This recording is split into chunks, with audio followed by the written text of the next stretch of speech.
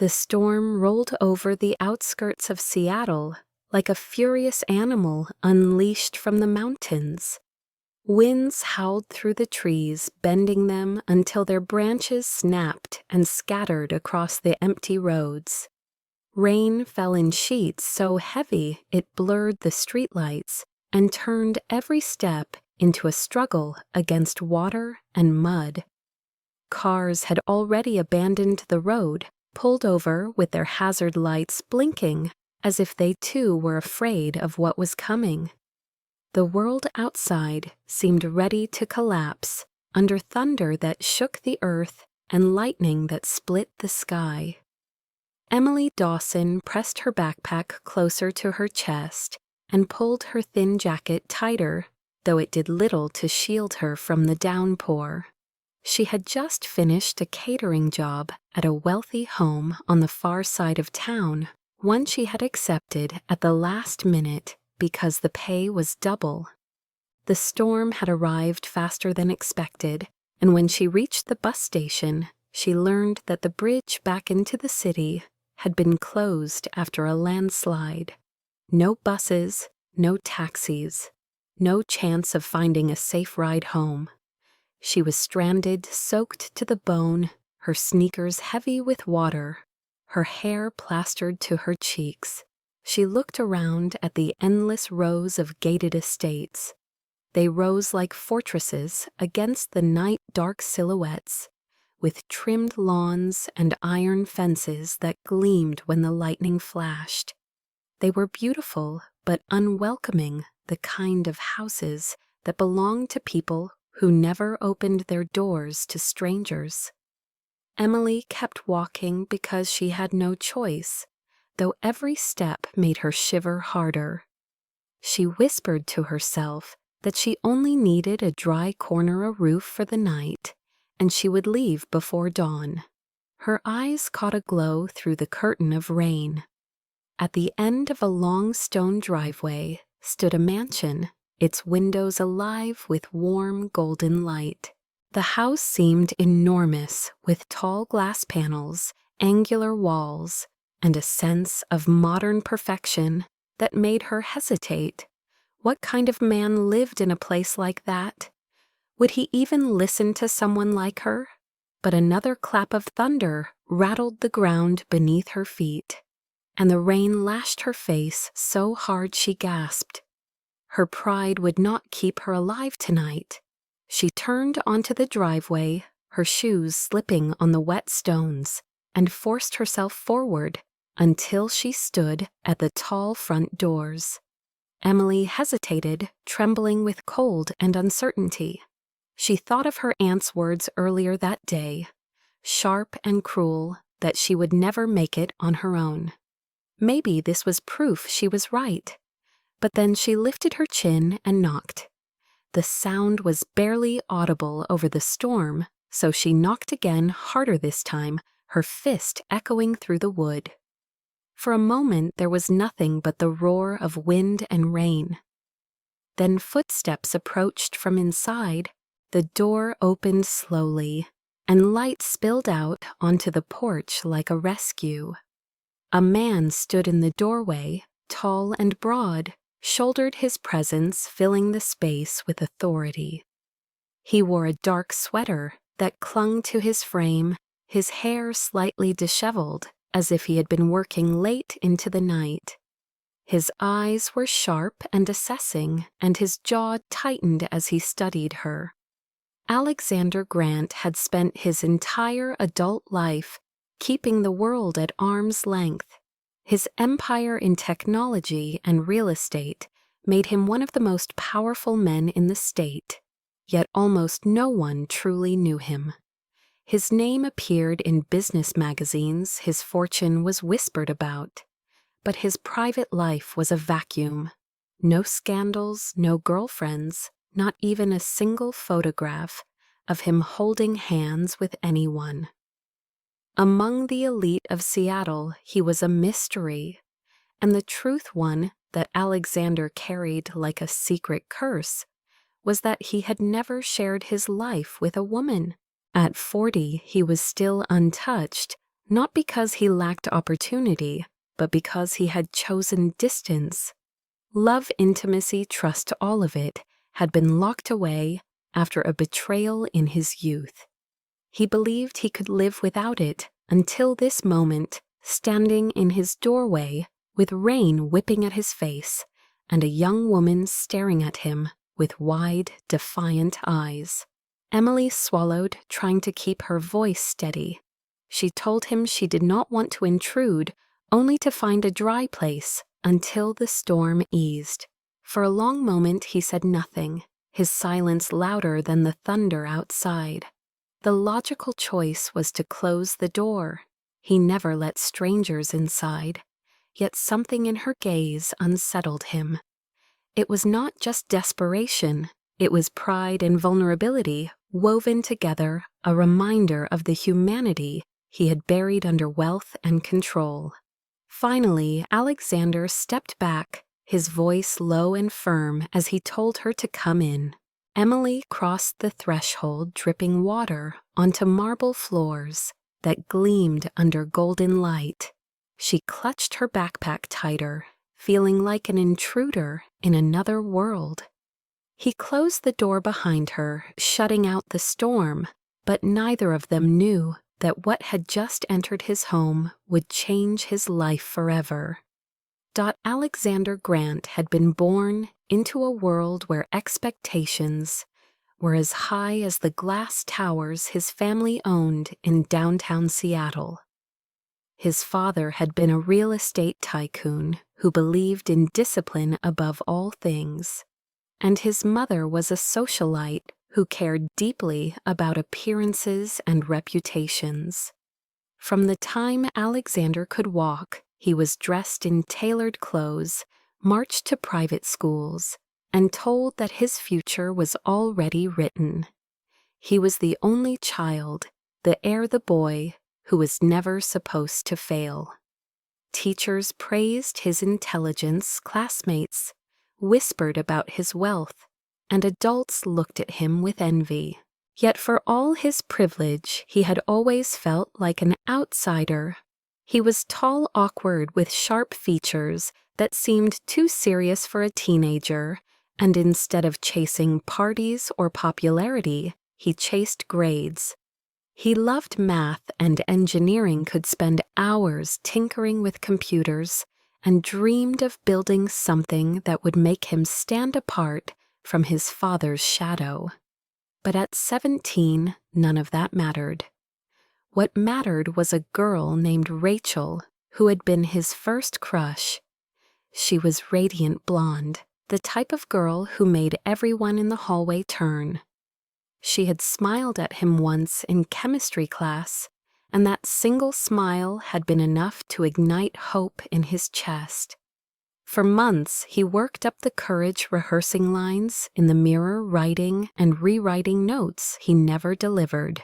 Finally, one afternoon in spring, when the courtyard was full of students eating lunch and the cherry blossoms were scattering in the breeze, he gathered his courage. He walked to her table, trembling but determined, and held out a simple bouquet of flowers he had bought with money he earned from tutoring. His voice cracked as he asked her if she would go to prom with him. For a moment, silence fell. Then Rachel laughed. Not the sweet laugh he had imagined, but a sharp, cruel sound that sliced through him. Her friends joined in, mocking him for thinking someone like her would ever say yes to the nerd millionaire in training. She called him pathetic, said no girl would ever want someone who spent his life behind books instead of living. She said she would rather be seen with a guy who actually had charm and confidence. And she stood up and walked away with another boy who was older, louder, and much cooler. The humiliation burned into Alexander's memory. He had stood frozen flowers still in his hand, his ears ringing with laughter as students whispered and pointed. That night, something inside him shut down. The boy who had once believed in romance died under the weight of ridicule. From that day forward, he decided emotions were a liability. He stopped chasing friendship, stopped trying to impress anyone, and instead turned every ounce of energy into building an empire. College came and he dominated. He studied computer science, business, and real estate, graduating with honors while launching his first startup in a cramped apartment. Within 3 years, he sold it for millions. By 25, he had reinvested that fortune into properties and technology ventures. By 30, he was a billionaire. His face appeared on magazine covers, his name became synonymous with success, and people who once ignored him now scrambled to shake his hand. Women began to circle him, attracted not by who he was, but by what he had. Models at charity events, actresses at galas, even women from his past suddenly pretending they had always admired him. But Alexander had learned his lesson. He could read the hunger in their eyes, see the calculation behind every smile, and hear the falseness in their laughter. None of them looked at him the way he secretly longed to be seen, as a man, not a bank account. So he turned them all away with polite distance. Rumors began to spread. Some called him aloof. Others whispered darker things, that maybe he was incapable of intimacy. Friends tried to introduce him to dates, but he never showed interest. Business rivals mocked him as a robot, all brains and money, but no heart. Alexander did not care. To him, intimacy meant risk, and risk meant pain. He lived by numbers, by contracts, by control. Yet even as he told himself he was content, he could not escape the gnawing emptiness when the lights in his penthouse went dark and silence pressed in around him. Nights were the hardest. He would sit in his office with a glass of scotch, staring at the skyline, convincing himself he had chosen this path. He told himself that loneliness was the price of security, that walls were safer than doors.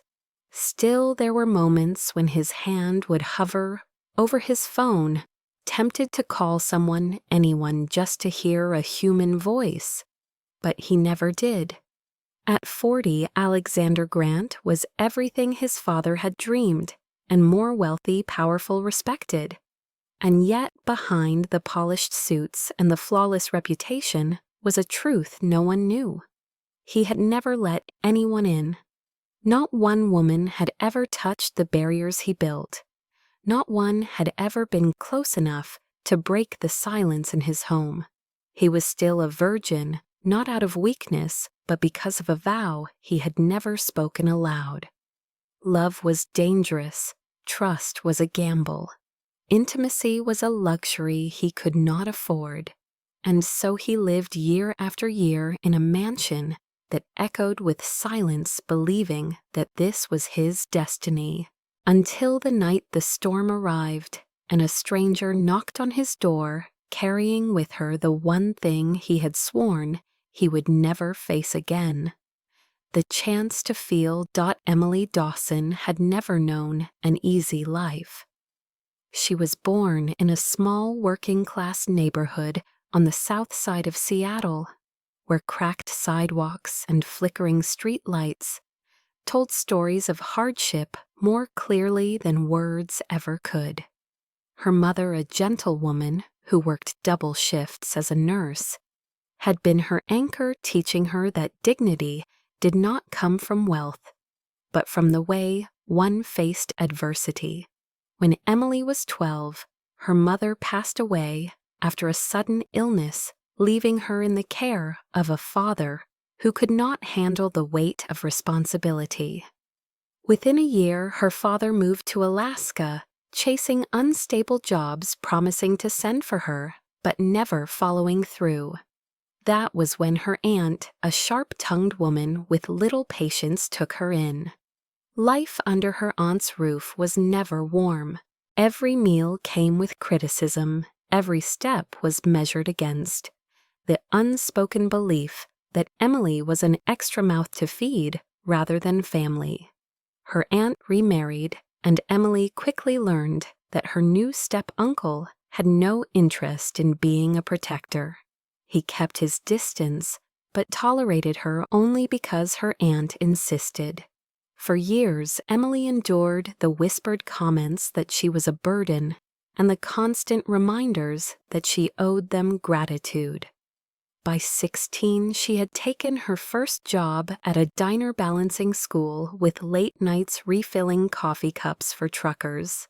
She discovered she had a knack for cooking, the kind that turned simple ingredients into meals that made people pause and smile. She began taking small catering gigs, baking for neighbors, delivering meals to families who were too busy to cook. Cooking became her escape, the one place where she felt in control, where criticism melted away with the scent of butter and spices. While her friends dated boys and dreamed of wedding dresses, Emily dreamed of owning a food truck, maybe even a little restaurant, where she could serve meals that made strangers feel at home. Her aunt, however, saw none of that as admirable. She believed a woman's future depended on marrying a man who could provide, and she made sure Emily heard that opinion daily. "No one respects a woman who scrubs dishes for a living," she sneered. "You should focus on finding someone with money." Emily would bite back the urge to yell instead, lifting her chin and declaring she would never sell her independence for a roof or a last name. Those words sparked endless fights. Her aunt would slam doors. Her step-uncle would shake his head, and Emily would lie awake, staring at the cracked ceiling, wondering if she was wrong. But every morning she woke with the same conviction: she would rather struggle on her own than live as someone else's possession. At 20, she moved out briefly, renting a room with 2 roommates. She worked 3 jobs, waited tables, and saved every penny. For a while, freedom tasted sweet. But then rent spiked. One roommate disappeared without paying their share, and Emily was forced to return to her aunt's house, humiliated but not defeated. The resentment in that household only grew stronger. By the time she was 26, she had become the black sheep of the family, the one everyone whispered about at gatherings, the one her cousins avoided, because they did not want to be caught in the storm of judgment that followed her. On the afternoon the storm rolled into Seattle, her aunt unleashed another tirade. "You are wasting your life," she spat. "Do you think anyone will respect a girl who spends her nights carrying trays? Look at you, almost 30, and nothing to show for it. You will end up alone, and it will be your fault." Emily, usually calm, finally snapped. She told her aunt she would rather be alone than chained to a man she did not love. The shouting escalated, doors slammed, and in the end Emily stormed out. With her backpack slung over her shoulder and her heart pounding in her chest, she did not know where she would go, only that she needed to breathe air that was not poisoned with contempt. It was then her phone buzzed with a call from an old friend who worked at a catering company. They were desperate. A chef had canceled at the last minute for a private banquet in one of the richest neighborhoods on the outskirts of the city. Would Emily take the job? The pay was good, more than she usually earned, and it would keep her away from the suffocating house for the night. She agreed without hesitation, not knowing that decision would alter her future. That evening she worked quietly in the kitchen of a sprawling estate, chopping, stirring, and plating dishes, while laughter floated from the grand dining hall. She stayed invisible as always, content to let her food speak for her. By the time the banquet ended, the storm outside had swelled into chaos. The roads were flooding, buses canceled, and even the caterers struggled to find rides home. Emily wrapped her damp jacket around herself and stepped into the night, determined to figure it out. She thought about her aunt's words, how she was supposedly destined for failure. Yet even in the rain, even with uncertainty pressing down on her, Emily refused to believe that. She had dignity, she had fire, and though the world had tried to silence her, she carried inside the unshakable belief that her worth was not measured by anyone else's standards. That belief would soon collide with the guarded heart of a man who had everything money could buy, but nothing that truly mattered. The banquet had ended hours earlier, but the storm only grew more violent as night deepened. Emily left the estate with her backpack clutched tight, hoping to catch the last bus back to the city. But when she arrived at the small rural station, the driver shook his head and pointed at a handwritten sign. The bridge leading into town had collapsed under a landslide, the road completely closed until further notice. There would be no buses tonight, no taxis either, and ride-sharing apps showed no available cars. She stood there under the tin roof of the station, while rain drummed so hard it echoed like gunfire. A few other stranded workers muttered curses and vanished quickly, finding rides with friends or relatives, but Emily had no one to call. Her phone battery blinked red, the signal bars nearly gone. She could not stay there all night, not with the cold creeping under her skin. Pulling her jacket closer, she walked back into the storm, her shoes slipping on mud, her breath trembling in the icy air. The streets wound between tall iron fences and manicured hedges, the homes of the wealthy rising like castles behind gates that would never open for her. Lightning illuminated rows of windows, most dark of few, glowing faintly, with the kind of warmth she knew was not meant for her. She kept moving, telling herself she only needed shelter until morning, any place dry where she could close her eyes for a few hours. Her pride whispered she should not beg, but pride could not fight hypothermia. Her body shivered violently, hair plastered to her cheeks, water soaking through every layer of clothing. Then, through the sheets of rain, she saw it.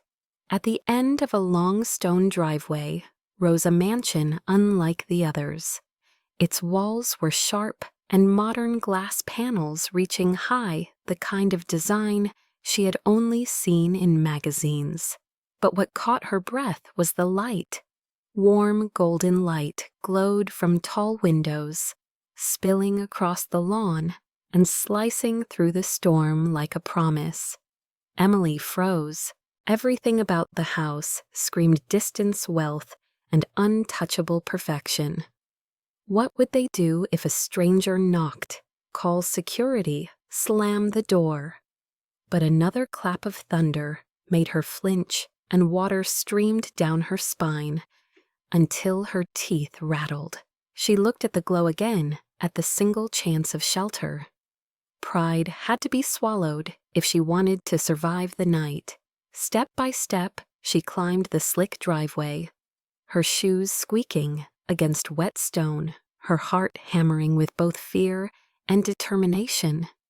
She reached the tall double doors, their surface sleek, and polished a brass handle, gleaming even in the dark.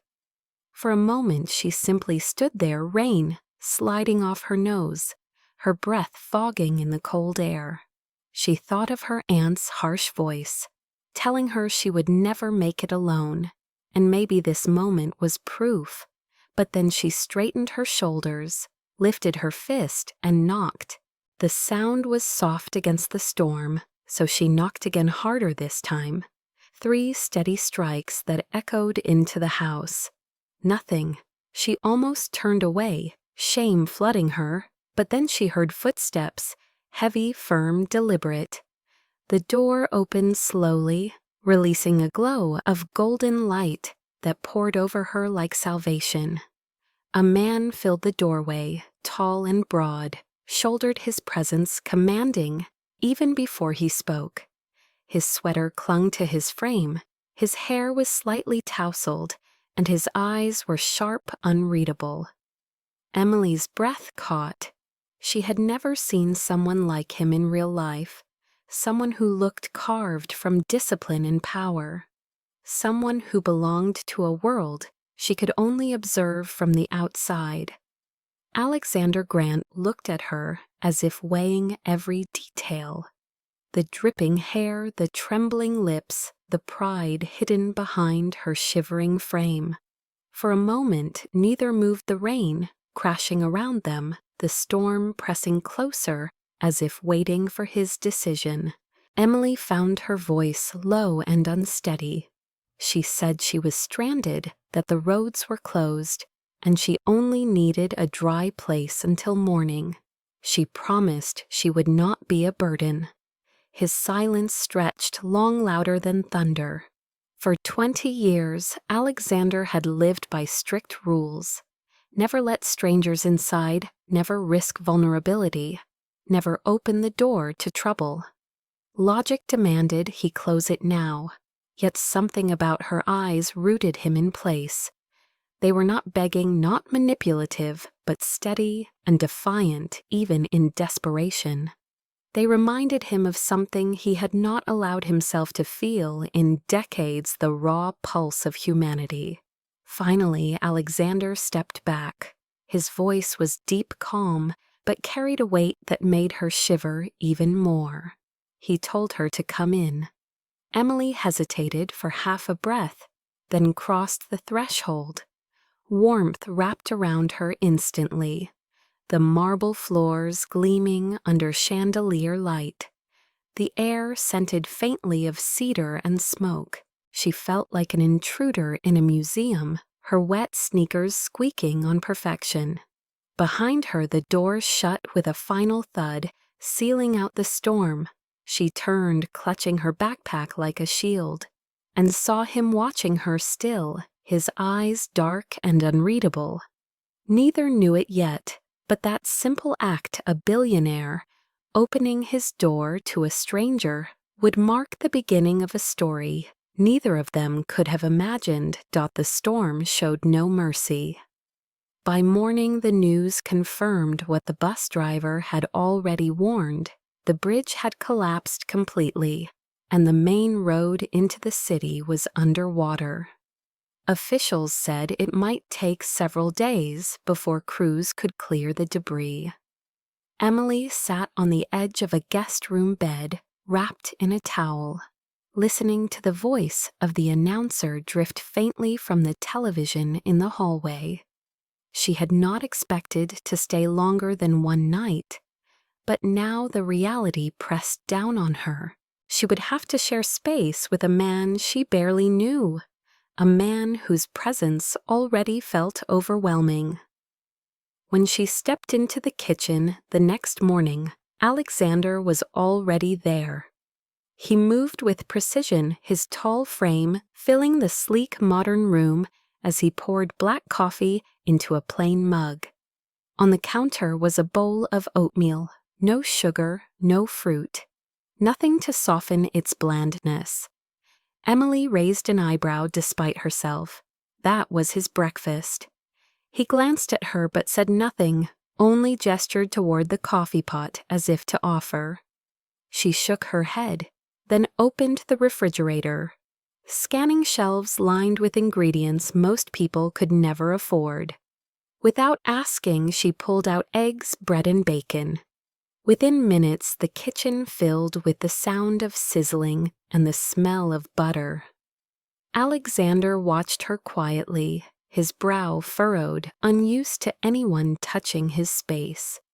She plated scrambled eggs, toast, and crispy bacon, sliding it across the counter.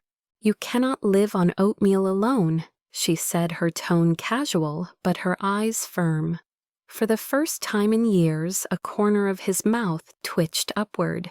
He took a bite, and though he gave no verbal compliment, he finished every piece. That small victory made Emily's chest warm. The mansion itself felt like a museum, high ceilings, glass walls, and expensive art that seemed untouched by life. Emily moved carefully, respectful but curious. She found a library with shelves that stretched high volumes organized by topic and year. She ran her fingers along the spines, whispering titles she had never had the chance to read. When Alexander entered, she expected him to scold her, but instead he paused at the doorway, watching her as though she belonged there more than he did. Later that afternoon, she followed the sound of heavy thuds to a private gym. Through a glass wall, she saw him striking a boxing bag each punch, deliberate each movement controlled. Sweat clung to his temples, his muscles tight with years of discipline. Emily lingered longer than she should have, fascinated, not just by his strength, but by the restraint in every action. He noticed her eventually, their eyes locking for a heartbeat. Before she turned away quickly, cheeks flushed. The hours slipped by, with a rhythm that felt strange, yet oddly natural. She cooked small meals not because he asked, but because the silence of the kitchen demanded warmth. He let her. Sometimes they spoke briefly, exchanging polite words. Sometimes they moved through the same rooms in silence, the storm outside their constant background. Yet each silence was softer than the last, less like distance, and more like an unspoken truce.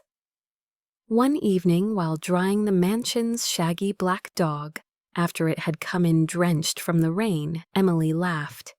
It was a small sound, but in the cavernous living room it rang out brightly.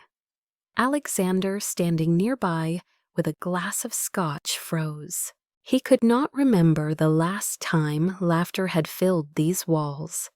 He found himself staring not at the dog, but at the curve of her smile, at the light it brought to the space. That night, as she passed the study where he worked late, she stopped at the doorway and said softly, "You always stay here until morning. That must be exhausting." He looked up from his papers, surprised by the observation, and answered without thinking, "Getting used to feeling nothing is exhausting too."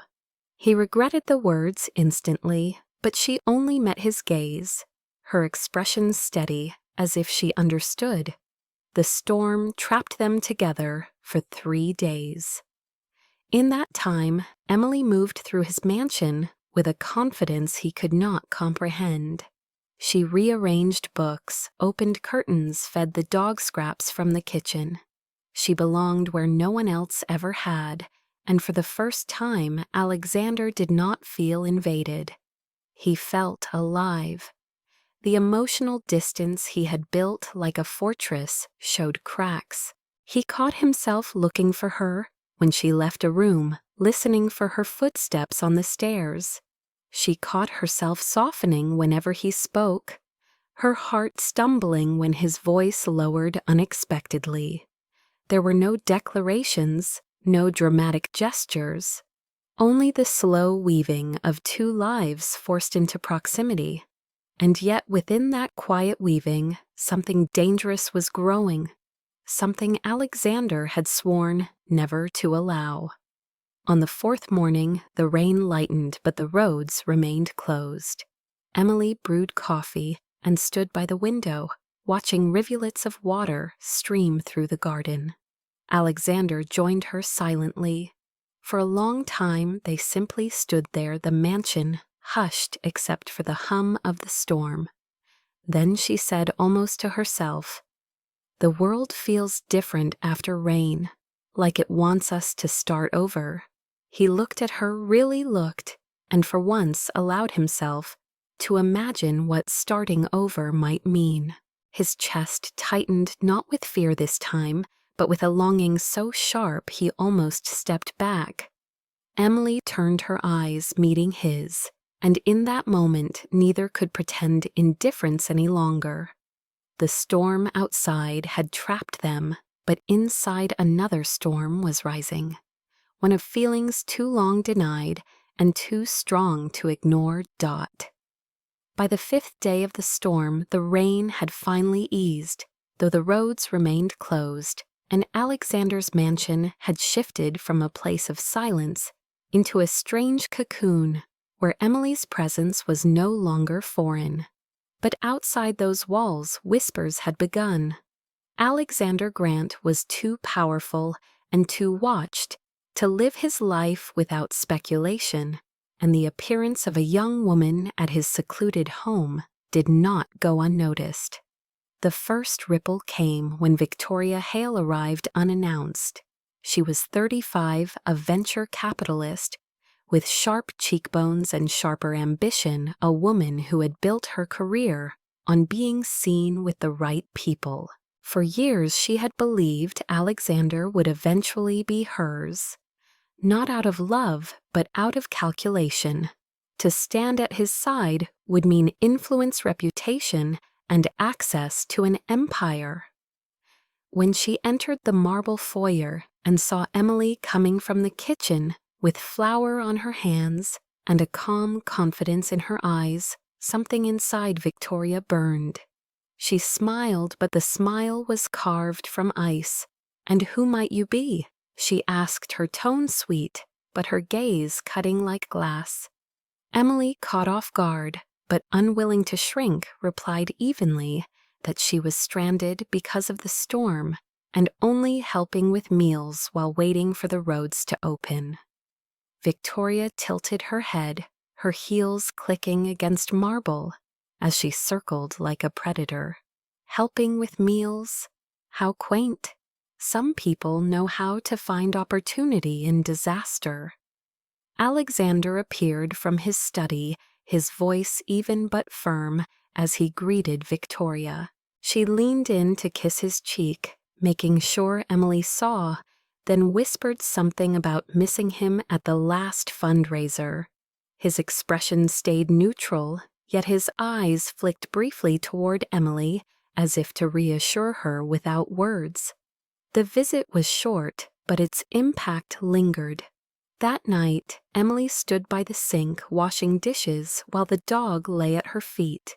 She told herself she should not care, that Alexander's personal life was not her concern, but the echo of Victoria's voice clung like smoke.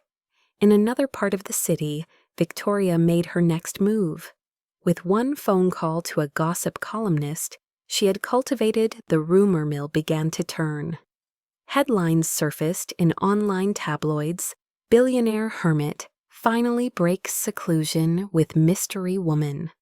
Anonymous sources speculated she was a waitress, a girl from the wrong side of town, a nobody sinking claws into a man worth billions. Social media amplified the story.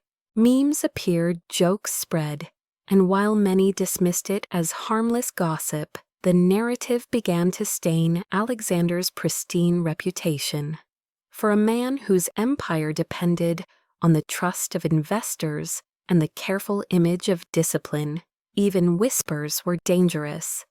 At the same time, Alexander's mother, Eleanor Grant, read the reports from her home in Boston.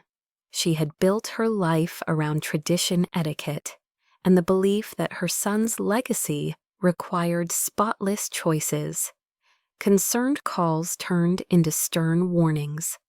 "Alexander, I am hearing things that cannot be ignored.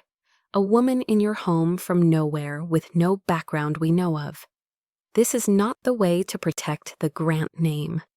Her voice was lined with steel, and though Alexander remained calm, her disapproval carried weight. Emily noticed the change in him. He grew quieter, his jaw set tighter when the phone rang. She saw newspapers arrive. At the gate, with her name twisted in gossip, she overheard him on calls defending his choices to board members who asked careful questions.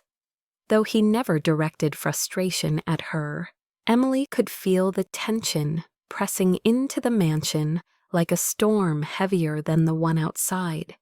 Yet she refused to crumble. When Victoria returned with sharper words, suggesting Emily was nothing but a gold digger, Emily did not lower her gaze. She met Victoria's smirk with steady eyes and said, "Sometimes people show up, not for what they can take, but for what they can give." Victoria laughed, dismissing her, but for the first time, Alexander spoke sharply, cutting through with authority. "That is enough, Victoria." Still, the damage had been seeded. Emily could feel it in the way servants looked at her, in the way Alexander's silence deepened after long phone calls with his mother. She reminded herself she had survived worse years of being underestimated.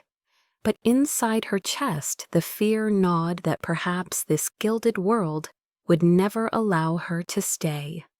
She had stepped into a mansion of glass, and already the cracks were beginning to spread. The pressure built slowly, but relentlessly, like the last drops filling a glass until it overflowed. By the end of the week, Emily could no longer ignore the weight of eyes that were not present, but still judged her through whispers, headlines, and accusations. The staff who delivered groceries looked at her longer than necessary. Reporters had begun lingering near the gated entrance of the estate, and Alexander's phone never stopped buzzing. His mother called again, her tone colder than before, insisting he think about reputation, legacy, and the image of his empire. Victoria, meanwhile, fanned the flames with every connection. She had leaking more rumors to the press about Emily's past, twisting her jobs as a waitress and cook into evidence that she was hunting for a wealthy husband. One evening, Emily entered the living room and heard voices drifting from Alexander's study. Victoria's was unmistakable, sharp, and laced with triumph, while Eleanor Grant's voice echoed from a speakerphone. "You cannot allow this woman to stay," Eleanor said, clipped and absolute. "She comes from nowhere, has no pedigree, no background. She is not fit for our world." Victoria added smoothly, "If she cared about you, Alexander, she would not put you in this position. She would walk away rather than risk your empire." Emily froze, her heart pounding as the words sliced through the silence. She waited, praying Alexander would respond, would defend her, would say she was more than what they assumed. But the silence stretched too long, and when he finally spoke, his voice was steady but hesitant. "I need to think." That hesitation broke her. She stepped into the room before they could say more. Her chin lifted, her eyes burning with unshed tears. "If you want to know who I am, ask me directly," she said, her voice calm despite the storm in her chest. Both Victoria and Eleanor went silent, their faces unreadable. Alexander looked at her, but in his gaze she saw conflict, not certainty. That was worse than outright rejection. She nodded once, turned on her heel, and left the study without waiting for a reply. Upstairs, she packed her few belongings with trembling hands. Her backpack felt heavier than ever, though it contained so little. She thought of the breakfasts she had made, the laughter that had echoed when she played with the dog, the quiet moments in the library when she almost believed she belonged. All of it shattered under the weight of doubt. When she descended the grand staircase, Alexander was waiting at the bottom, his expression unreadable. "Emily," he began, but she cut him off with a raised hand. "Do not say anything. You already said it by saying nothing when it mattered." Her voice cracked on the last word, but she refused to let tears fall in front of him. She slung the backpack over her shoulder and crossed the marble floor. The dog whined softly, trailing her, until Alexander called it back. She did not look behind her. The front door opened with a heavy groan and cold air rushed in. Rain had begun again, not as violent as before, but steady enough to soak her within moments. She stepped into it willingly, letting the chill mask the heat of her tears. Behind her, Alexander stood in the doorway, his figure framed by the golden light of the mansion. He did not move, his hands clenched at his sides, his throat tight with words he could not speak. He watched her walk down the driveway, her small figure swallowed by the storm, the sound of rolling thunder matching the weight in his chest. When the gates closed behind her, the echo rang like finality. Emily walked for miles, her shoes caked with mud, her hair plastered to her face. Every step carried the echo of his silence, the knowledge that when it mattered most, he had not stood by her. By the time she reached the outskirts of her neighborhood, her body was exhausted, her spirit heavier still. The familiar streets greeted her with noised neon lights. From corner stores, children shouting as they splashed through puddles. Life here was messy, loud, imperfect, but it was hers. When she reached the worn front porch of her aunt's house, the older woman was waiting, arms crossed, mouth tight, with disdain. "So you are back," her aunt said. "I knew you would. Dreamers always come crawling home." Emily said nothing, brushing past her into the small bedroom that smelled of damp and dust. She set her backpack down and collapsed onto the hard mattress, staring at the cracked ceiling. Tears finally spilled, hot and unrelenting, soaking her pillow as she whispered to herself that she had been a fool to think she could step into another world. In his mansion, Alexander poured himself a glass of scotch, but could not drink it. He wandered through the empty rooms, each one echoing louder, now that she was gone. The library felt barren, without her humming softly while sorting books. The kitchen was sterile, without the smell of bacon and coffee. Even the dog searched for her, scratching at the guest room door where her scent still lingered. Alexander sank into a chair, his hands covering his face. For years he had believed solitude was safer, that silence was his armor. Yet now, for the first time, he felt not safety but emptiness, and it was unbearable. Emily's absence pressed heavier than her presence ever had, and in that silence he realized the truth. He had not lost control by letting her in. He had lost everything by letting her go. Alexander did not sleep that night, nor the next. He paced through the mansion like a prisoner, the echo of Emily's departure clinging to every wall. He replayed the scene in his mind again and again, the way she had stood tall, despite the tremble in her voice, the way her eyes had searched his for something he had been too afraid to give. Each time he remembered his silence, shame twisted deeper into his chest. He thought of his youth, of Rachel's laughter in the courtyard all those years ago, and realized with horror that he had repeated the same mistake. Back then, he had let others define his worth, and now he had let others define hers. The storm outside finally passed, leaving the air crisp and clear. But inside his house, the silence was heavier than ever. The dog whined at the closed guest room door until Alexander opened it, only to find the bed neatly made. The faint scent of soap and coffee lingering like a ghost. He sat on the edge of the mattress, his head bowed, and admitted to himself what he had not dared to say aloud. He missed her. Not her cooking, not her presence as an interruption, but her laughter, her defiance, her ability to see through his walls. He had pushed her away out of fear, and in doing so, He had condemned himself to the very emptiness he had always pretended to prefer. On the third day, he made a decision. He called one of his oldest employees, Ramiro, a man who had worked security for the estate for years, and who still had ties to the catering company that had hired Emily. Ramiro did not hesitate. He told Alexander the truth that Emily had taken the job at the last minute to help a friend that she had worked tirelessly through the night and that she had left with nothing but her backpack. "She is a good woman, Mr. Grant," Ramiro said firmly. "She does not deserve the lies being told about her." The words struck like thunder. The puzzle pieces snapped together.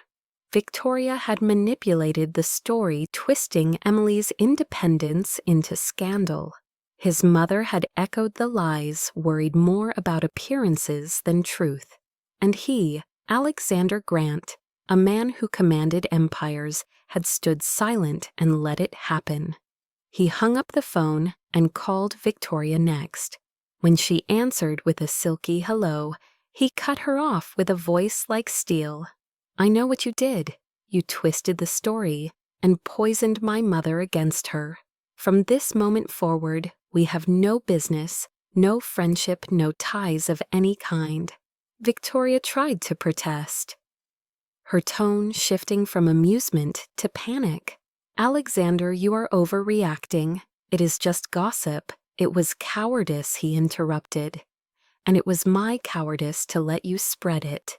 That ends now." He ended the call without waiting for another word. Then he dialed his mother. Eleanor's voice carried its usual authority, but Alexander did not falter. "Mother," he said, "you were wrong about her. You judged her on nothing but class and background. I will not allow that kind of prejudice to dictate my life. If protecting the Grant name means losing her, then the name is worth nothing to me." His mother fell silent, shocked, but Alexander did not stay to hear her arguments. He closed the phone, grabbed his car keys, and walked out into the sunlight that had broken through after days of rain. The black SUV roared down the freeway, leaving behind the polished streets of his world and heading toward neighborhoods he had not driven through in years.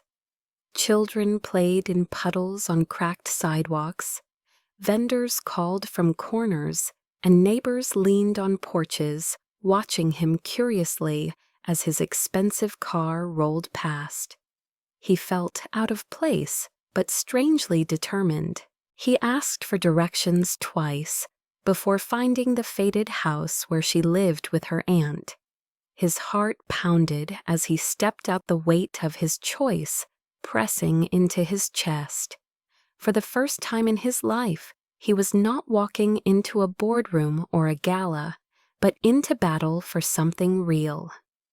He approached the porch and knocked, not with the commanding rhythm of a man, used to doors opening automatically, but with the uncertain knock of someone who might be turned away. The door opened, and there she was, hair pulled back, eyes wary, shoulders squared, as if bracing for another wound. "What are you doing here?" she asked, her voice flat.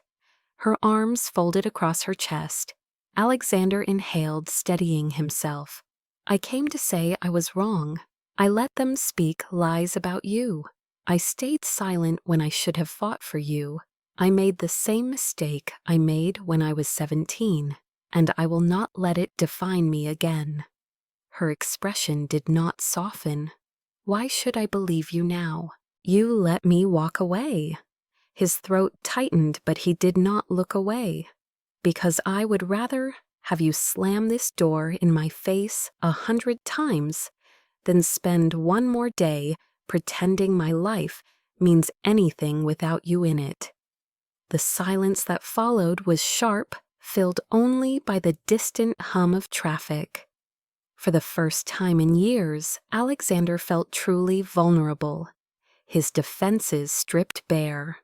Whatever she chose next would either crush him or save him, But he knew he had finally done what he had never been brave enough to do before Fight for Love. The weeks that followed were a blur of whispers and stares. Though Emily allowed Alexander back into her life cautiously, the world outside their fragile reunion was merciless. Gossip blogs continued to run stories speculating about her past, twisting her independence into greed. Paparazzi parked outside her neighborhood snapping photos whenever she stepped out, reducing her to headlines. Alexander saw the toll it took, the exhaustion in her eyes, the hesitation in her laughter. That was when he made his next decision, one that would expose them both, but also silence every doubt. His annual corporate gala was approaching, a glittering event where politicians, investors, and celebrities gathered under one roof. It was the kind of stage where appearances mattered more than words, and Alexander knew that if he walked in alone, rumors would continue to fester. But if he walked in with Emily at his side, the world would be forced to see her as more than gossip. On the night of the gala, Emily stood in front of a mirror, wearing a simple navy gown he had insisted she choose herself. She refused the glittering jewels he had offered, settling only for a pair of earrings she had bought years ago from a thrift shop. Her nerves twisted as the driver opened the car door outside the Grand Hotel. Cameras flashed instantly, shouts rang through the air, and for a moment she froze, blinded by the frenzy. Alexander reached for her hand, firm and steady, and held it as if to anchor her. "Breathe," he murmured. "Just look at me." She did, and in his eyes there was no hesitation. They entered together, fingers interlaced, the cameras capturing every step.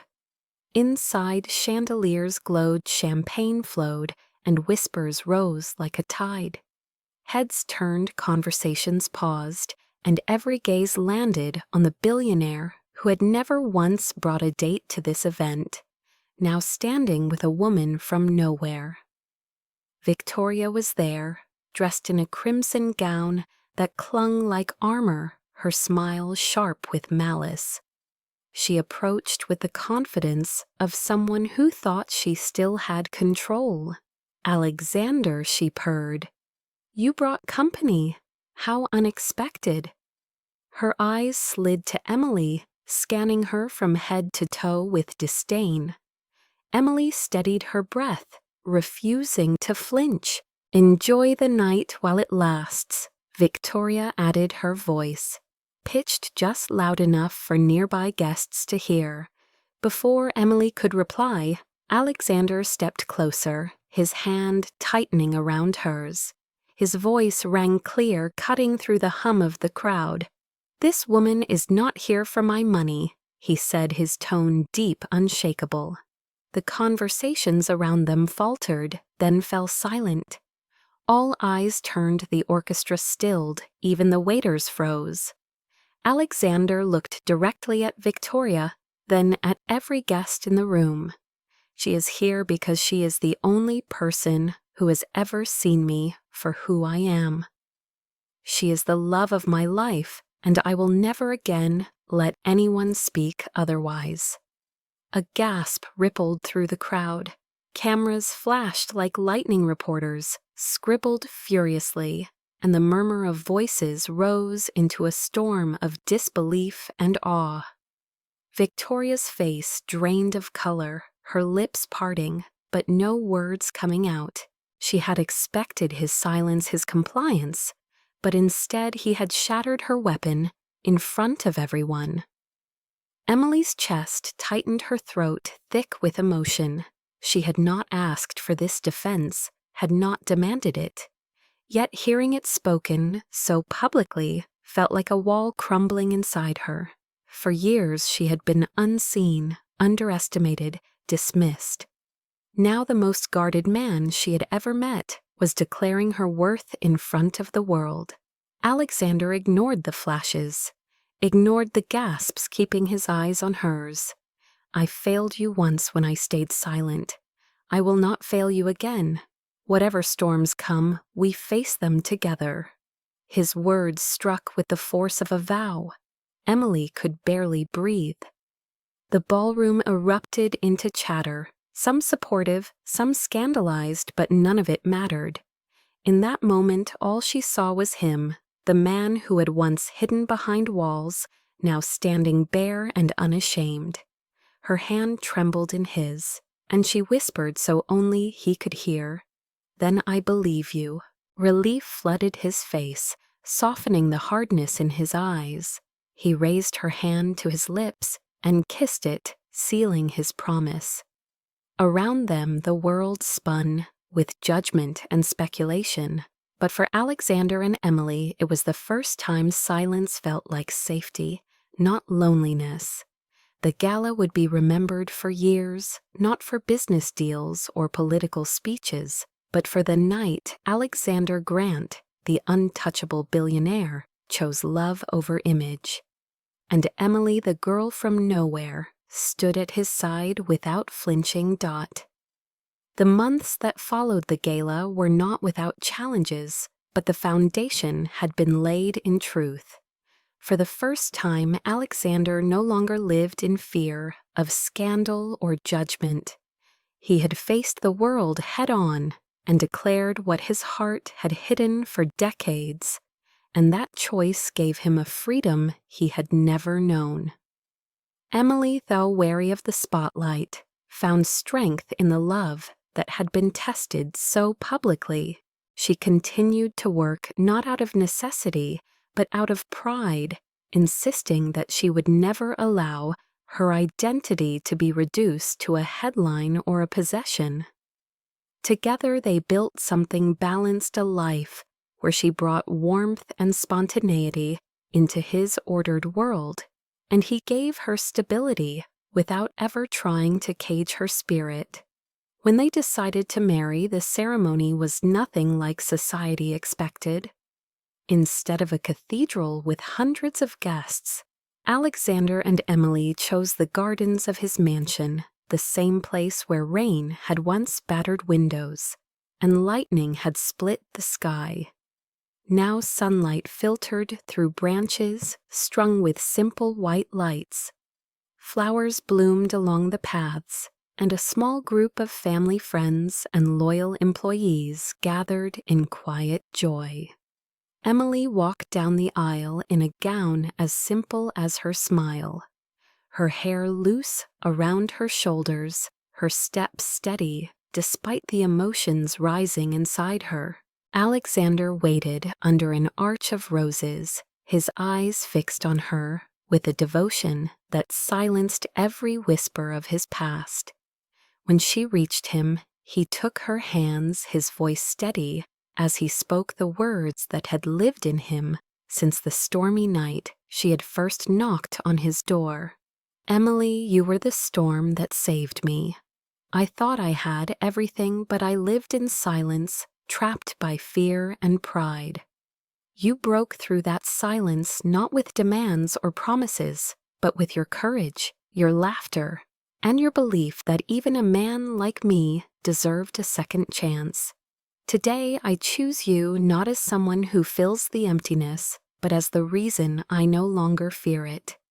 Emily's eyes shimmered as she answered, her voice soft but unwavering.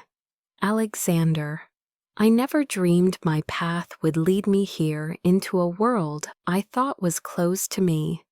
But from the moment you opened your door that night, I saw not a billionaire, not a name, but a man, with walls so high he could not see the sky above him.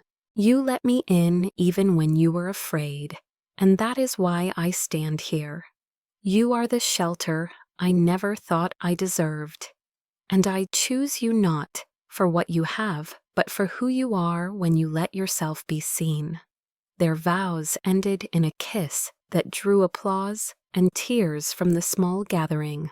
For Alexander, it was not just the sealing of a marriage, but the final collapse of every barrier he had built. For Emily, it was proof that dignity and love could coexist, that independence and belonging were not opposites, but partners. 1 year later, the mansion was filled with new sounds, not silence, but the cries of a newborn. Alexander held their child in his arms, the tiny bundle pressing against his chest, and felt a peace he had never believed possible. He sat beside Emily, who was exhausted but radiant, her hand resting against his arm. He kissed her forehead and whispered words he once would have considered weakness. "I am finally home." Emily smiled through tired eyes and whispered back, "So am I." The mansion that had once been a monument to solitude now pulsed with life, with warmth, with family.